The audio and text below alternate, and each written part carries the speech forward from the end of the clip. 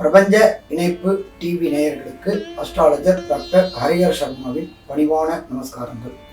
நாம் ஒவ்வொரு வருஷமும் வருஷ பலன்கள் பார்க்குறோம் மற்றும் மாத பலன்கள் பார்க்குறோம், அதே போல் வார பலன்கள் பார்க்குறோம், தினசரி பலன்கள் பார்க்குறோம்.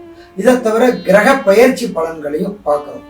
இப்போ நாம் பார்க்க போகிறது தமிழ் புத்தாண்டு பலன்கள் 14/4/2025 உயர்ந்த கிழமையான திங்கட்கிழமையில இந்த வருஷம் பிறக்குது. இந்த வருஷத்துக்கு பேரே விசுவாச வருஷம். விசுவாசம் இருக்கக்கூடியவங்க ஜெயிக்க முடியுமா? ஜெயிக்க முடியும். இந்த விசுவாச வருஷத்துல என்னென்ன கிரக பயிற்சிகள் இருக்குது அப்படின்னு பார்த்தோம்னாக்க, வரக்கூடிய 26/4/2025 அன்னைக்கு பிரபல கிரகங்களமான சாயா கிரகமான ராகு மற்றும் கேது பெயர்ச்சி. ராகு கேது அப்படின்றத பொறுத்தளவுக்கு அவங்களுக்கு தனியா வீடு கிடையாது. அவங்க எந்த வீட்டுல இருக்கிறாங்களோ அந்த வீட்டின் அதிபதியின் காரகத்துவத்தை எடுத்து செய்யக்கூடியவங்க. இப்ப இந்த ராகு கேது பெயரக்கூடியது அப்படின்றது மீன ராசியிலிருந்து கும்ப ராசிக்கும், கன்னியா ராசியிலிருந்து சிம்ம ராசிக்கும் கேது பெயர்றாங்க.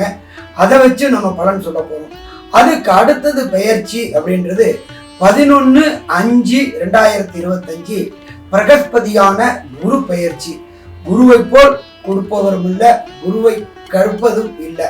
அப்ப குரு மாறும்போது தனக்காரனான குரு, புத்திரக்காரனான குரு, எல்லாத்துக்கும் அதிபதி குரு பெயர்ச்சி.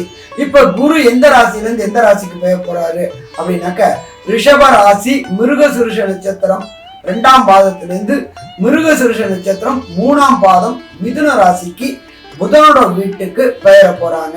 அவங்க என்னென்ன நற்பலன்களை தராங்க அப்படின்னு பார்ப்போம். இதை தவிர எல்லாரும் பயப்படக்கூடிய ஒரே கிரகம் சனி கிரகம்.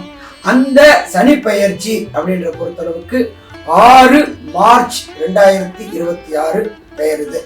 அப்ப இந்த 3 பெயர்ச்சிகளை வச்சும் ஒவ்வொரு ராசிக்காரங்களுக்கும் என்னென்ன நற்பலன்கள் என்னென்ன கெடுபலன்கள் உண்டு அப்படின்றத விரிவாகவும் விலாகமாகவும் பார்ப்போம்.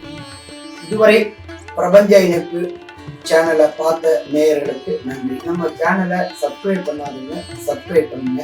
பக்கத்தில் உள்ள பெல் பட்டன் அழுத்திங்கன்னா நாங்கள் போடுற அத்தனை ஆன்மீக தகவல்கள், அத்தனை ஜோதிட தகவல் அத்தனையும் உங்களுடைய வரவேற்பு அறைக்கே வந்து சேரும். சாமி, அதுக்கு நான் என்ன பண்ணணும்? பக்கத்தில் உள்ள பெல் பட்டன் அழுத்தினீங்கன்னாக்க நோட்டிஃபிகேஷன் வரும். சரி, நான் மட்டும் பார்த்தா போதுமா? நீங்கள் மட்டும் பார்த்தா போதுமா? உங்களுடைய உற்றார் உறவினர்களும் உங்களுடைய நண்பர்களும் பார்க்கறதுக்கு அவங்களுக்கு நம்மளோட சேனல் லிங்க் அனுப்புங்க. அவங்களையும் சப்ஸ்கிரைப் பண்ண சொல்லுங்க, அவங்களையும் பெல் பட்டன் அழுத்த சொல்லுங்க. நாம பட்ட ஆனந்தத்தையும் நாம பட்ட சந்தோஷத்தையும் நம்ம உற்றார் உறவினர்கள் நண்பர்களும் பெற கண்டிப்பா நாமளும் முயற்சி செய்வோம். இதுவரை பொறுமையாக பிரபஞ்ச இணைப்பு டிவியை பார்த்த அத்தனை நேயர்களுக்கும் டாக்டர் ஹரிஹர் சர்மாவின் பணிவான நமஸ்காரங்கள்.